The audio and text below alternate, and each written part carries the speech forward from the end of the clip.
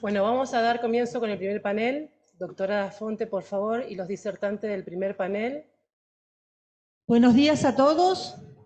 Mi nombre es Mirta Dafonte, soy integrante del Congreso del Instituto de Justicia Restaurativa del Colegio de Abogados de Venado Tuerto. Estoy a cargo de la presentación del primer panel, cuyos disertantes son el doctor Mariano Macioli, el doctor Germán Bauché, que nos acompaña desde México, el doctor Ignacio Blanco Dina, la doctora Eliana Martínez. Los temas a tratar en este primer panel son los siguientes: justicia restaurativa y procesos penales. El doctor Germán Bauché va a hablar sobre por qué y qué restauramos. El doctor Ignacio Blanco Dina va a hablar sobre el rol actual de la víctima en los procesos de justicia restaurativas. Y la doctora Eliana Martínez disertará sobre paz positiva, hablará de la paz negativa y positiva a través de unas obras de arte para ayudar a conceptualizar. La modalidad va a ser la siguiente: virtual, un congreso virtual y presencial. Y una vez finalizada la locución de los disertantes, se abre el panel a preguntas. ¿Sí? Agradezco obviamente al Colegio de Abogados, es una excelente iniciativa. En general nosotros que en la región tenemos muy pocas capacitaciones y las que tenemos hacemos un esfuerzo enorme justamente para completarlas, y por lo que se ve hasta este momento es ya éxito. Más allá de las palabras de agradecimiento, mi idea hoy es compartir con ustedes algún tipo de reflexión sobre lo que sería la justicia restaurativa y los procesos penales. Obviamente sin la intención ni la pretensión de efectuar un desarrollo exhaustivo y agotar el tema, porque obviamente el tema me excede. Pero sí poder realizar una primera aproximación temática y establecer con una profunda vocación para que este tipo de prácticas restaurativas se instale, se desarrolle y se consolide como una práctica habitual, como un trabajo habitual para la resolución de los conflictos dentro de la región, justamente para que permita a las partes construir su propia solución de conflictos ajustados a sus propias necesidades y intereses, y que asimismo permita también lograr o construir una sociedad más inclusiva, igualitaria y justa. Esa es la idea, digamos, de mi participación acá, de reforzar y redoblar los esfuerzos para que desde la región podamos realizar este tipo de prácticas con la mayor asiduidad posible. En la realidad tenemos actividades y prácticas restaurativas, pero no seguramente con la intensidad y con la cantidad que nosotros como operadores de justicia quisiéramos.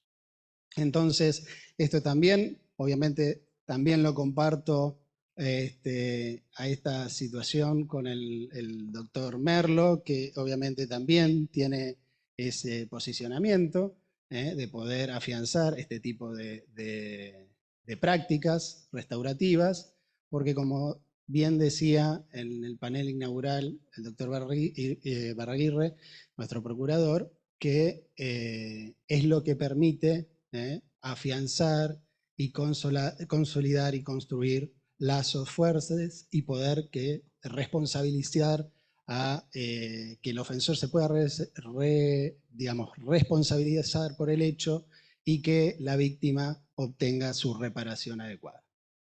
Bien. Justicia restaurativa. Bueno, en definitiva, yo voy a hacer más o menos un desarrollo. Obviamente todos los que están acá manejan el tema y obviamente lo manejan mejor que yo porque han sido facilitadores o están realizando esos cursos de perfeccionamiento, pero para darle un marco, digamos, como para poder arrancar con lo que sería justamente el tema. Bien, justicia restaurativa. También decíamos reparadora, restauradora, restaurativa. Acá lo que hace es tener un paradigma signado por la resolución y la transformación del conflicto, porque justamente utiliza herramientas que permitan o que permiten escuchar, explorar, identificar, incluir, interrelacionar y buscar consenso entre los protagonistas. Enmendar los daños ocasionados por la infracción con la finalidad de reconstruir los lazos sociales y contribuir al fortalecimiento de la paz. A ver, utilizar este tipo de herramientas, esto lo de el diálogo, de buscar consensos, ya es absolutamente una ganancia en una sociedad en la que vivimos, que en general no nos escuchamos y que en general cada uno mantiene su postura intransigente sin poder justamente lograr un consenso, un acuerdo. Y hablo en todos los sectores, no solo en los sectores más desprotegidos, más vulnerables, que son los que habitualmente, por lo menos desde parte de la Defensoría, somos los que atendemos, que si se quiere y sin justificar, pueden llegar a tener algunas razones como para estar en ese posicionamiento subjetivo, si se quiere. Pero hablo de todos los sectores sociales. La verdad que nos falta mucho diálogo, mucho consenso y mucho escucharnos y poder repensar cuál va a ser nuestro futuro como sociedad. Bien, como bien decía nuestro procurador, la Oficina de Droga y Crimen de Naciones Unidas estableció lo que sería una definición de justicia restaurativa como cualquier proceso en que la víctima, el ofensor y, cuando sea apropiado, cualquier otro individuo o miembro de la comunidad afectado por el delito participen juntos activamente en la resolución de problemas resultantes del delito, generalmente con ayuda de un facilitador. Y la Directiva 29 también de la Unidad Europea del 2012 establece que justicia restaurativa es cualquier proceso que permita a la víctima y al infractor participar activamente, si dan su consentimiento libremente para ello, en la solución de los problemas resultantes de la infracción penal con la ayuda de un tercero imparcial. Como se observa, justamente esto, lo que caracteriza a la justicia restaurativa es esto de poder lograr la reparación del daño individual, del daño a las relaciones y del daño social causado por el delito, a través de mecanismos de diálogo y con la ayuda de un facilitador. Y en esto, justamente, con la ayuda de ese facilitador que va a estar preparado para acercar las posiciones, para escuchar y acercar las posiciones, la justicia restaurativa lo que va a tratar es de equilibrar los intereses y las necesidades de todos los protagonistas, tanto de la víctima como del ofensor. Esto implica una nueva forma de reacción al delito. Nosotros estamos acostumbrados a la reacción del delito y trabajamos en un delito desde lo que sería el proceso penal del binomio, si se quiere, delito-pena. Una vez que ingresó una persona y es sometida al proceso penal, el proceso penal va a terminar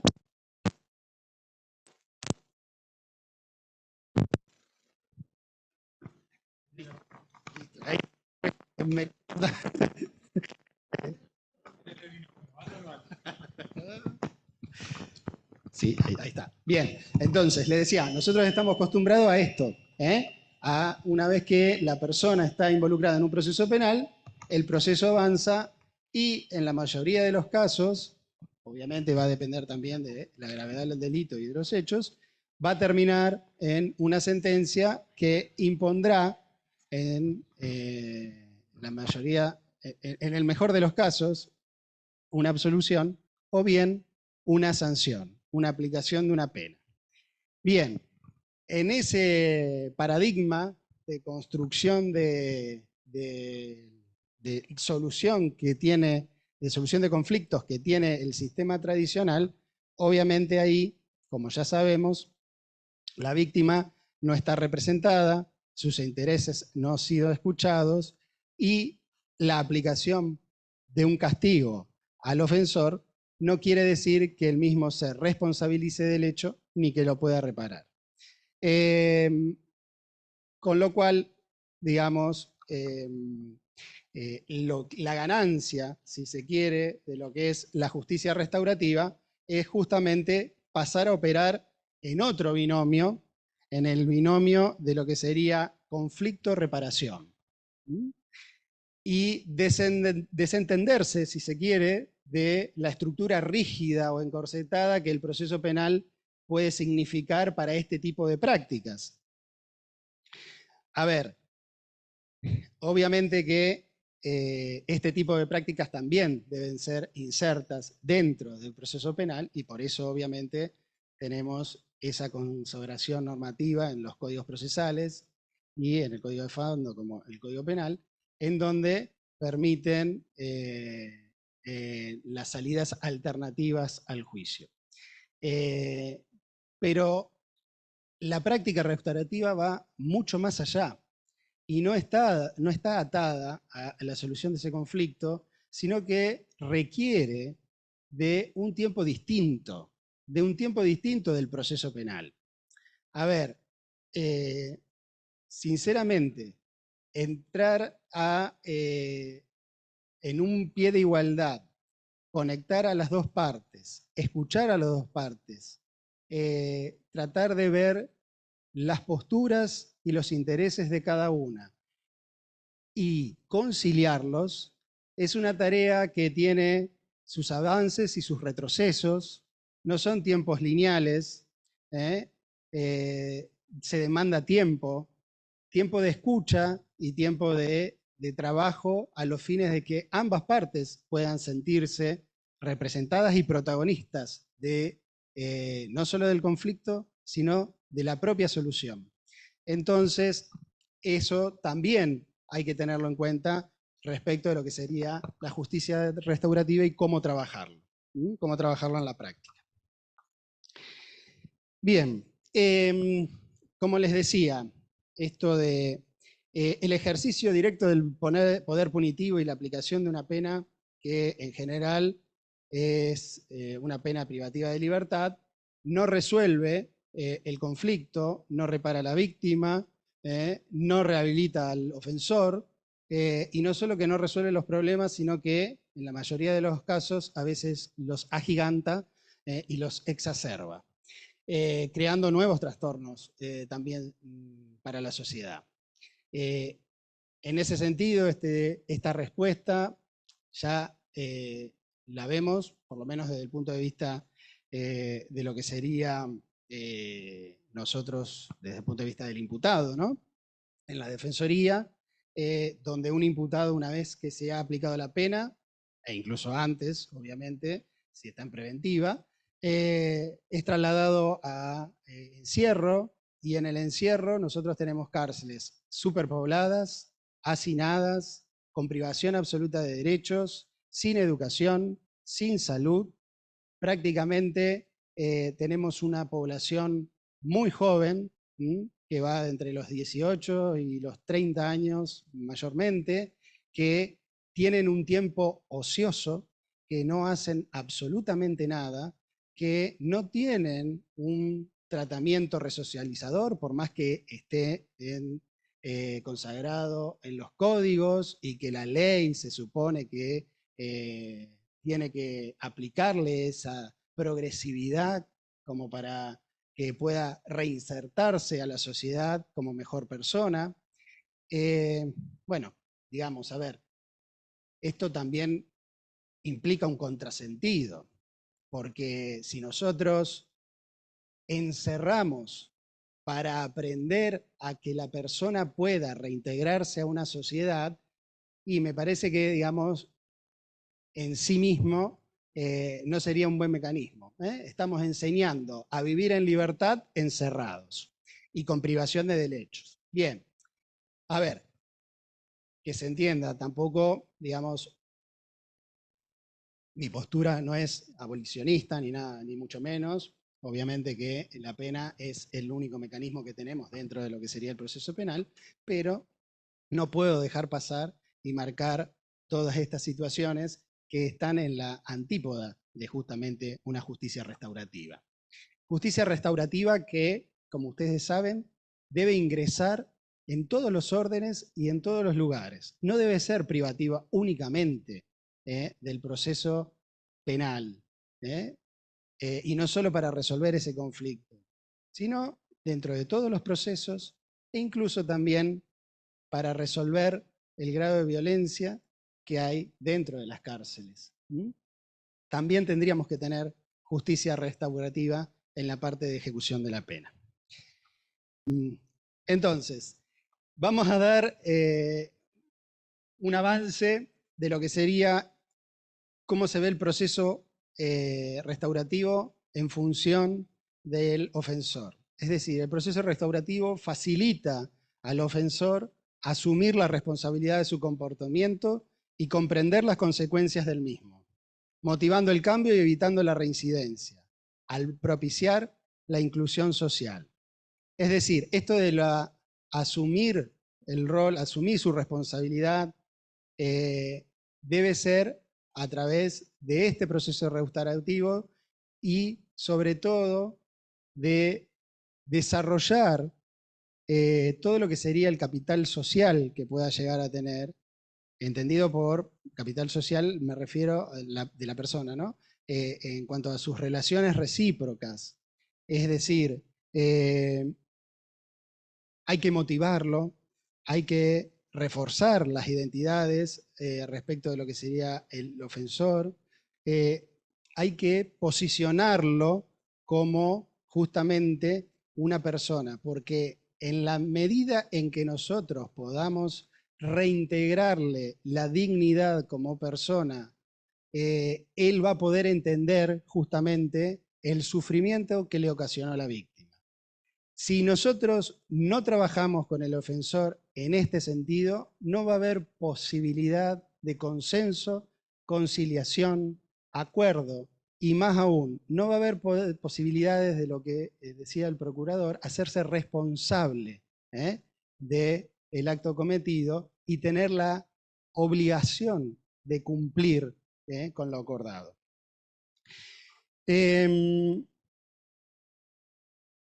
Y si queremos también que los que han transgredido esas normas asuman sus responsabilidades, cambien su comportamiento y se conviertan en miembros útiles y activos de las comunidades, debemos atender también a sus necesidades concretas, abordando los factores de riesgo que subyacen al delito. Los programas de justicia restaurativa deben estar dirigidos a trabajar sobre los factores protectores, es decir, aquellos que actúan como barrera justamente para evitar las acciones delictivas. Motivación personal, capacidad, afianzar capacidades, afianzamiento de vínculos familiares, habilidades sociales, promoción de los valores, desarrollo de sus potencialidades y por el fuera del ámbito delictivo, la autovaloración y el mejoramiento de la autoestima. Todo ello permite la adopción de responsabilidades, primero consigo mismo y luego con terceros. Entonces, para cerrar y no extenderme más, la idea de la justicia restaurativa es esto, es que ese que era un extraño, un cualquiera, era el otro, un sin nombre y sin identidad, a través del encuentro, del diálogo, de las herramientas que va a desplegar con la ayuda del facilitador, se convierta en el prójimo, en persona. Persona que vive, goza, sufre como yo. ¿Esto qué implica? Implica conocerse y reconocerse. Y esto pacifica, reconstruye, transforma. Si esto pasa, ganamos todos.